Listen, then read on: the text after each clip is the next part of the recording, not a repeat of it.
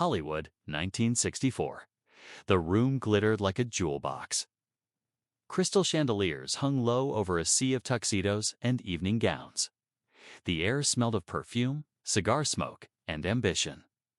350 of the most powerful people in entertainment were gathered inside the Beverly Hilton's Grand Ballroom for a charity gala that everyone in town had been talking about for weeks.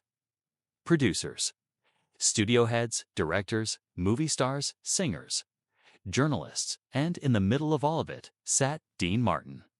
Relaxed, smiling, one arm resting casually on the table, a drink in his hand. Looking like a man who had already won whatever game everyone else was still trying to play. Dean had been famous for a long time by then. Singer, actor, entertainer, a man whose charm could disarm a room before he even opened his mouth. People thought he had everything easy. That it all came naturally. What they didn't see were the years of rejection, nights singing in empty clubs, the humiliation before the success. Tonight, Dean wasn't there to perform. He was there to be honored. Across the room, another star entered. Sean Connery, tall, sharp, confident, fresh off a wave of international fame. The world now saw him as the ultimate leading man. Powerful, sophisticated, untouchable. As Connery walked in, heads turned. Whispers followed him like shadows. Bond, that's him, the man of the hour. Dean noticed him immediately. He smiled politely and nodded in greeting. Sean didn't nod back, yet.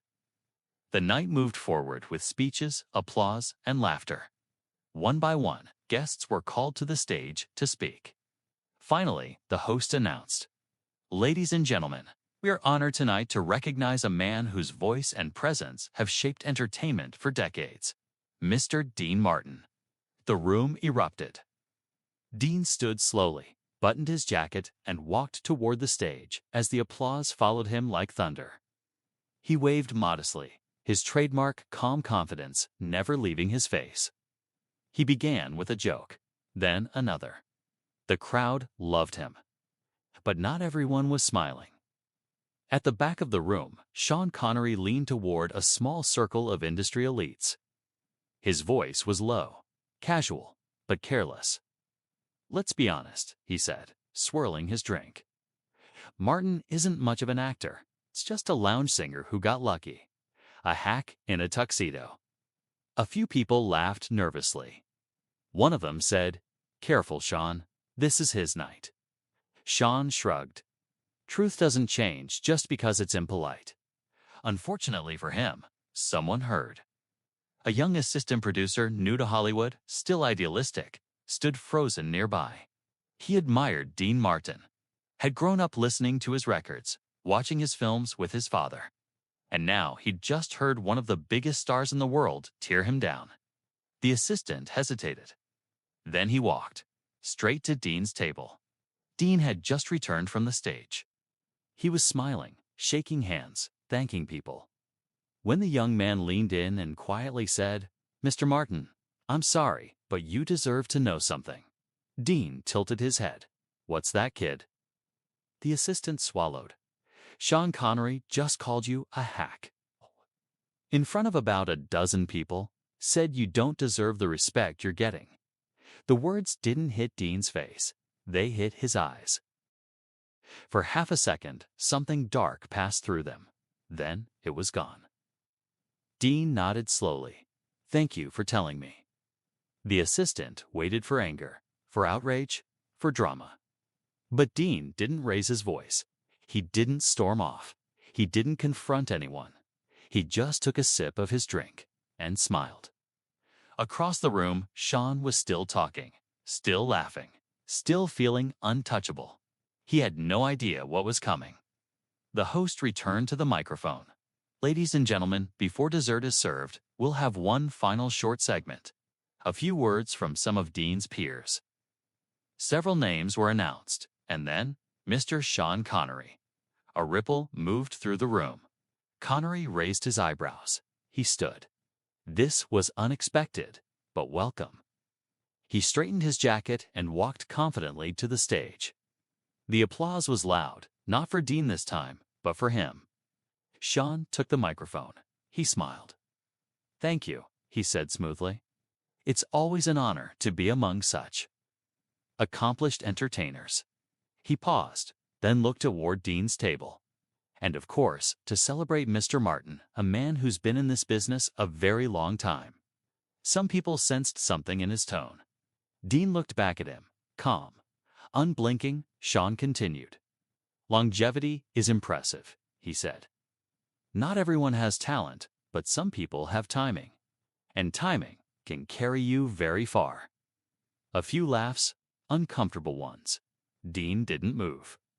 Sean went on, "Hollywood loves charm. Sometimes charm hides the absence of depth." Now the room shifted. This was no longer praise. This was a performance. At Dean's expense, Sean finished with a polite smile. "But still, congratulations, Dean." He handed back the microphone and returned to his seat. The applause was scattered. Weak, uneasy. 350 people sat in silence, unsure what they had just witnessed. Dean stood up, slowly, not angry, not rushed. The host froze. "Mr. Martin, would you like to say something?" Dean adjusted his jacket and walked back to the stage.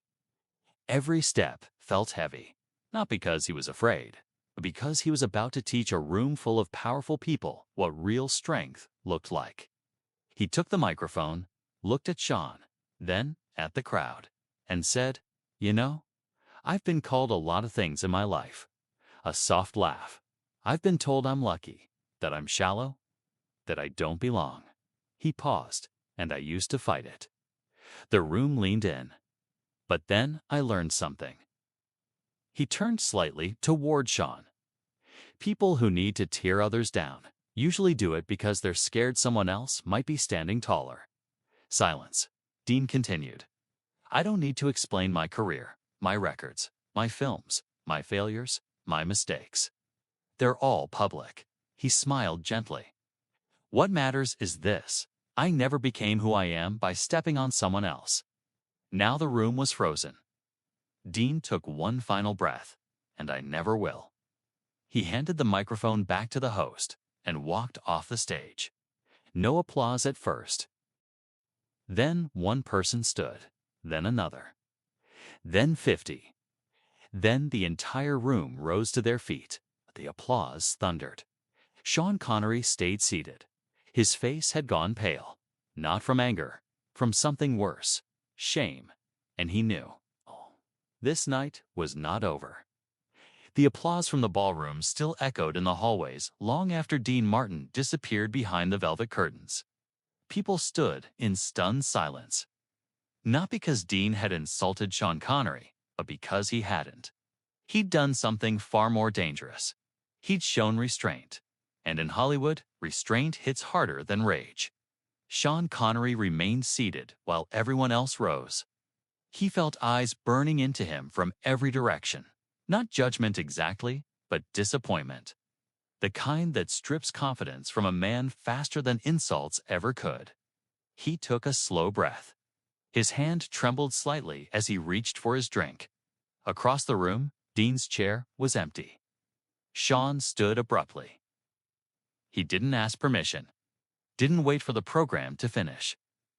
He turned and walked toward the side exit straight toward the backstage corridor where Dean had gone. The hallway was quiet, too quiet. The laughter and music of the ballroom faded behind him. What remained was the soft echo of his own footsteps and something heavier, the growing pressure in his chest. He rounded a corner, and there Dean was, standing alone under a dim wall lamp. Jacket unbuttoned, hands in his pockets, looking like a man who had already seen every version of conflict there was to see. Sean stopped 5 feet away. For a moment, neither spoke. Then Sean broke the silence. "You embarrass me out there." Dean looked up slowly. "Funny," he said calmly.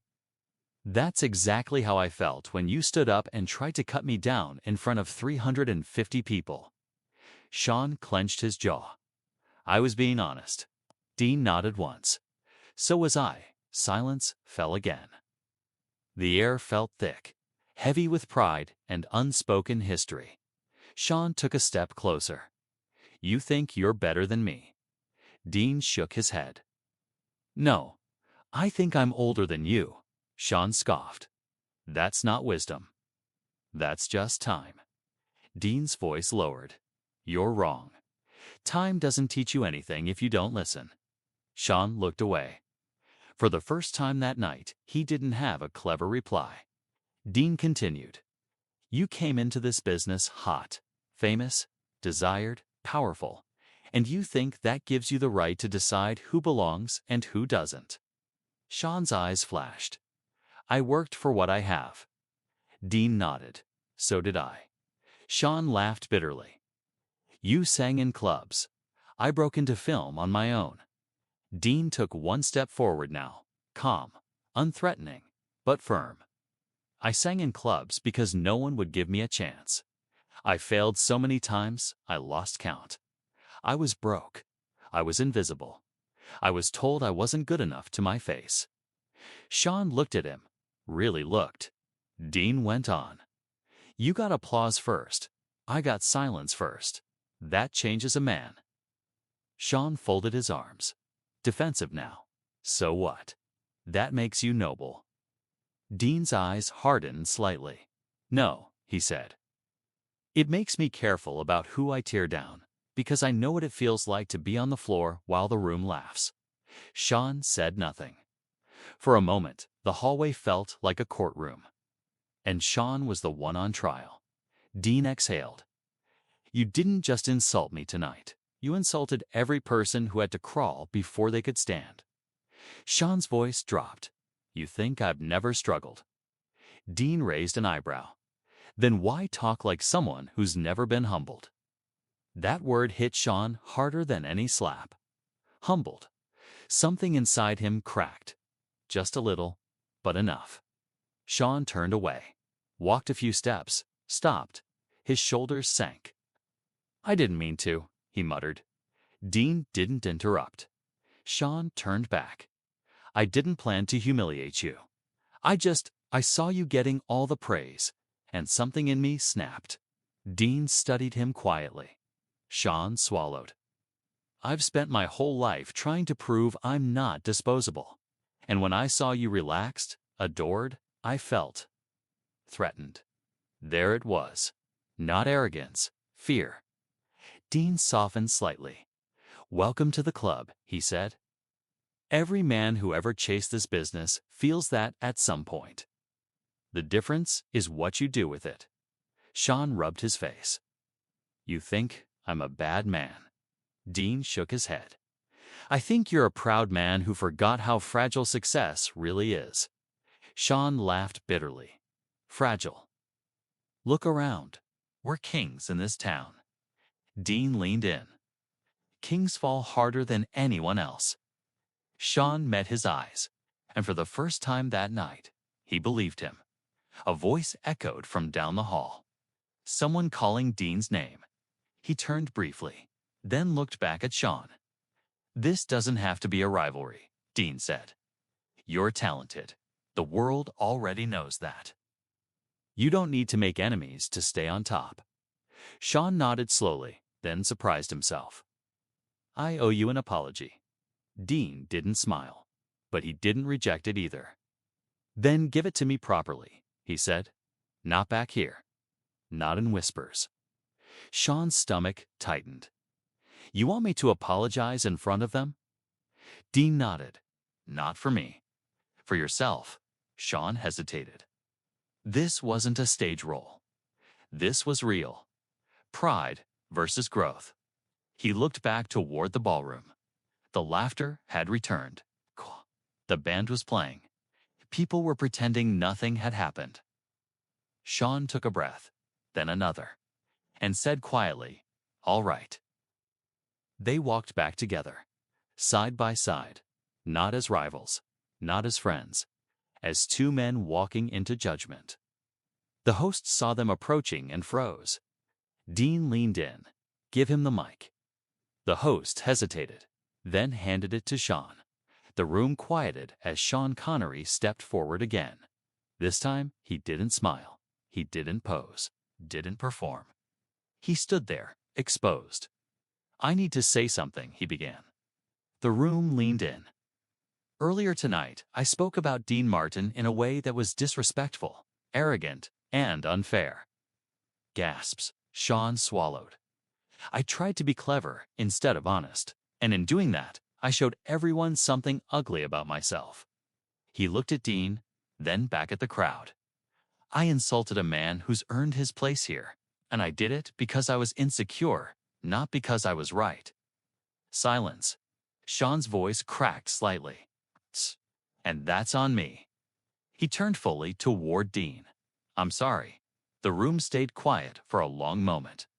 Then Dean stepped forward, took the microphone, and said, "Apology accepted." That was all.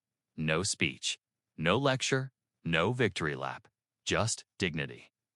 The applause that followed was different from before. It wasn't loud, it was deep. And Sean felt something shift inside him that he'd never felt before. Relief. But also, the beginning of something heavier. Because this wasn't the end. It was only the start. The ballroom felt different now. Not louder, not softer. Heavier. The kind of heavy that comes after truth has been spoken and nobody knows where to place it. Sean Connery stood near the edge of the room, his drink untouched in his hand. People nodded at him politely now, but the admiration had shifted into something else. Respect, mixed with curiosity. Dean Martin had returned to his table, but he wasn't laughing anymore. He wasn't working the room. Kay sat quietly, staring into the amber liquid in his glass as if it held memories only he could see. Sean watched him, not as a rival, not as an enemy, but as a man suddenly aware that he had misjudged another man's entire life. After a few minutes, Sean excused himself and walked over. "Dean," he said quietly. Dean looked up. Sean hesitated. "You meant what you said back there, about crawling before standing, didn't you?" Dean studied him for a long moment, then nodded once. "Sit." Sean pulled out the chair. Dean didn't speak right away. The band was playing something slow now, soft, melancholy. Finally, Dean said, "People think I came out of nowhere. They think charm just showed up one day and saved me." He gave a small, humorless smile. "But charm doesn't feed you when you're hungry." Sean didn't interrupt. Dean continued, "I grew up poor. Not we skipped dessert poor. I mean we skipped meals poor." Sean's jaw tightened. "My father drank. My mother worked herself into the ground. I left school early, started boxing, then singing. Anything to keep the lights on." Dean looked away. "I used to sing in bars where no one listened. I'd pour my heart into a song while men shouted over me and women walked past like I wasn't there." Sean leaned forward slightly. "That's not the story people tell." Dean smirked. "Of course not. Nobody sells the broken version of a man." He paused, then said quietly, "One night I sang my soul out in a club in Ohio. When I finished, the owner told me I wasn't worth paying." Sean felt something twist inside him. Dean continued, "I walked out into the cold with nothing in my pockets, not even bus fare." Sean whispered, "What did you do?" Dean looked at him. "I stood on the sidewalk and cried like a child." Sean swallowed hard. Dean went on, "I promised myself that night I would never forget what it feels like to be invisible. Because if I ever became visible, I'd make sure nobody around me felt that way again." Silence. Sean stared at the table. "I didn't know," he said. Dean nodded. "You weren't supposed to, but you were supposed to be careful." Sean looked up. "Why didn't you fight back? You could have destroyed me out there." Dean smiled faintly. "Because winning like that feels hollow. I don't want applause that comes from someone else bleeding." Sean leaned back. For the first time in his life, his fame felt small. A waiter approached and refilled their glasses. Neither touched them. Sean spoke again. "You said kings fall harder." Dean nodded. "I've seen it. I've buried friends who thought they were untouchable. Sean hesitated. Are you saying I'm headed that way? Dean didn't sugarcoat it. I'm saying arrogance doesn't kill you fast. It kills you quietly. That landed hard. Sean looked around the room.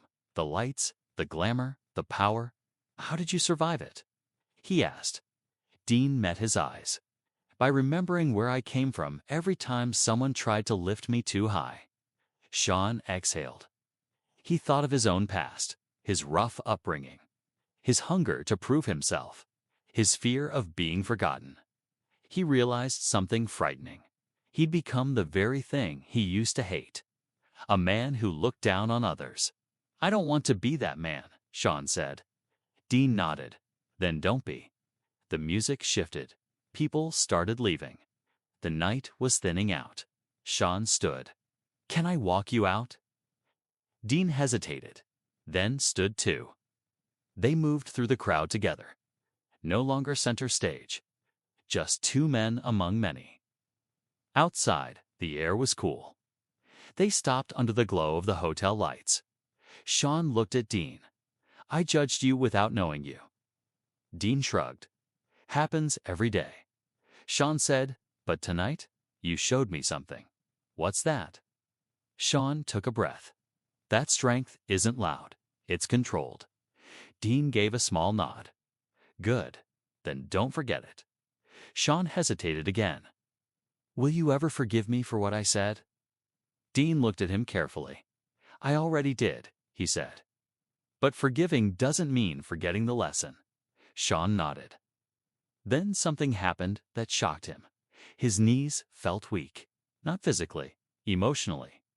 Because for the first time in years, he felt small, and strangely grateful for it. The night should have ended at the hotel. But some stories don't end when the lights go out. They end when the truth finishes its work. 3 weeks after the gala, Sean Connery stood alone on a soundstage in Los Angeles, staring at a half-built set that looked like a castle wall. Cameras were everywhere. Crew members moved quietly, whispering to each other. This was supposed to be a triumphant moment. Instead, Sean felt empty. The apology he had made to Dean Martin had gone public. Reporters had written about it. Some praised him for humility. Others called it weakness. And that word aided him. Weakness. Sean had built his life on being unbreakable, untouchable. The man who never bent. But something had shifted since that night.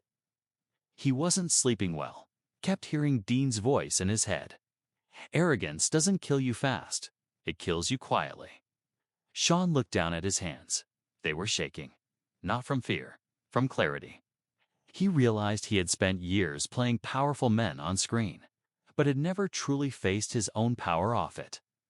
Later that day, Sean received a call. Dean Martin wants to see you. Sean froze. When? Tonight. Where? At his house. He says it's important. Sean drove there in silence. Dean's place was quiet. Not flashy, not guarded by glamour. Just calm, almost humble. Dean opened the door himself. You came, he said. Sean nodded. You said it was important.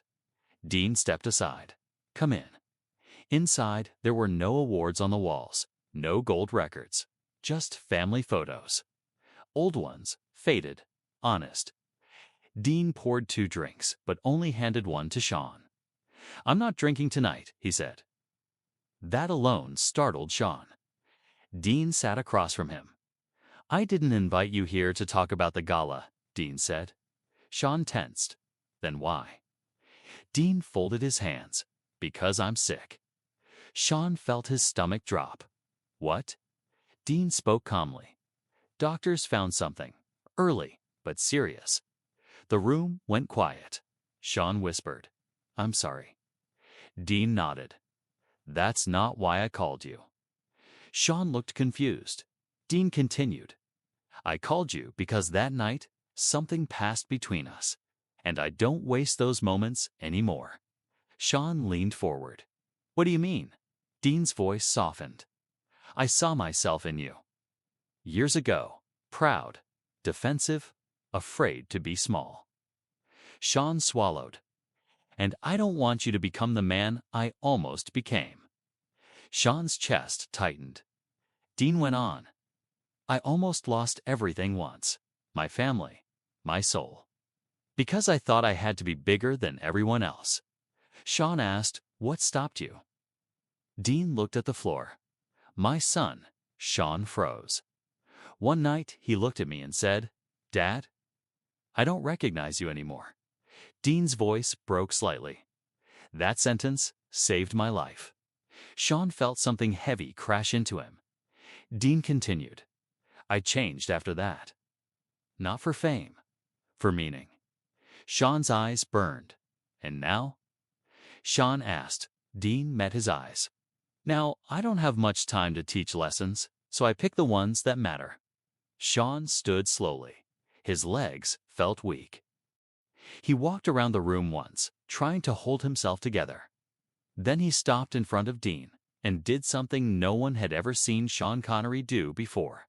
He knelt, right there, on Dean's living room floor. Dean stood up instantly. Sean, don't. Sean shook his head. Let me. He looked up at Dean, tears in his eyes. You didn't just defend yourself that night, Sean said. You saved me from becoming a man I would have hated. Dean was silent. Sean continued. I don't want to be remembered as a star. I want to be remembered as someone who learned. He bowed his head. Thank you. Dean stood there, stunned. Then he placed a hand on Sean's shoulder and lifted him back to his feet. You don't kneel to men, Dean said quietly. You kneel to truth, and tonight you did. They stood there in silence. Two men, two journeys, one moment of transformation. Weeks later, news broke quietly. Dean Martin's health declined. Hollywood held its breath. Sean visited him often, not as a fan, not as a rival, as a student. On Dean's final good day, Sean sat beside him. Dean whispered, Don't forget who you were before the lights. Sean nodded. I won't. Dean smiled faintly. Then you're already greater than most. When Dean passed, the world mourned a legend. But Sean mourned a teacher. At Dean's private memorial, Sean stood before a small group of friends and family. No cameras, no speeches, just truth. He said, I met a great man on a night when I was acting small. He didn't crush me, he corrected me. And that changed my life. Sean paused. I didn't kneel to Dean Martin because he was famous. I knelt because he showed me what real strength looks like. Silence followed. Then tears. Then understanding. And from that day on, Sean Connery walked differently, spoke differently, treated people differently, not like a king, but like a man who had once been brought to his knees and learned how to stand again.